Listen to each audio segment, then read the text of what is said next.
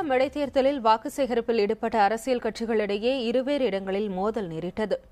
வீரேஸ்வரம் பகுதியில் வாக்கு சேகரிப்பில் ஈடுபட்டிருந்த பாரதிய ஜனதா அதிமுகவினரிடையே மோதல் ஏற்பட்டது. இரு தரப்பினரும் கல்வீசி தாக்கிக் கொண்டதில் 3 பேர் காயமடைந்தனர். வாகனங்களும் சேதப்படுத்தப்பட்டதால் நடவடிக்கை எடுக்கக் கோரி பாரதிய ஜனதாவினர் சாலை மறியலில் ஈடுபட்டனர்.